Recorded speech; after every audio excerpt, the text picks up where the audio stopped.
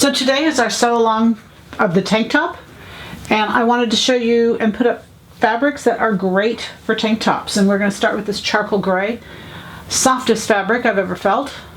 Certainly not the softest, in the category of the softest fabrics I have ever felt. Just absolutely beautiful. The pattern 514 is the pattern we're working with, and it really works for knits or wovens. This would be awesome. Just a really great base tank. This has, it's 100% cotton. It has stretch in both directions. It'd be great for a pair of leggings. You could do leggings in a little tank and then contrast the pieces. Same with I always call it a light gray. There's a French terry, $9.99 on this also. Stretch in both directions, 100% cotton. Just a beautiful piece of fabric. This is that Nilly Laton ribbing. We're going to do this at $12.99. Stretch in both directions, 100% cotton. I just want you to play. You could mix the colors. You could do them by themselves. I love camouflage. I think it'd be great to have like a little camouflage tank, even a long tank. This is poly.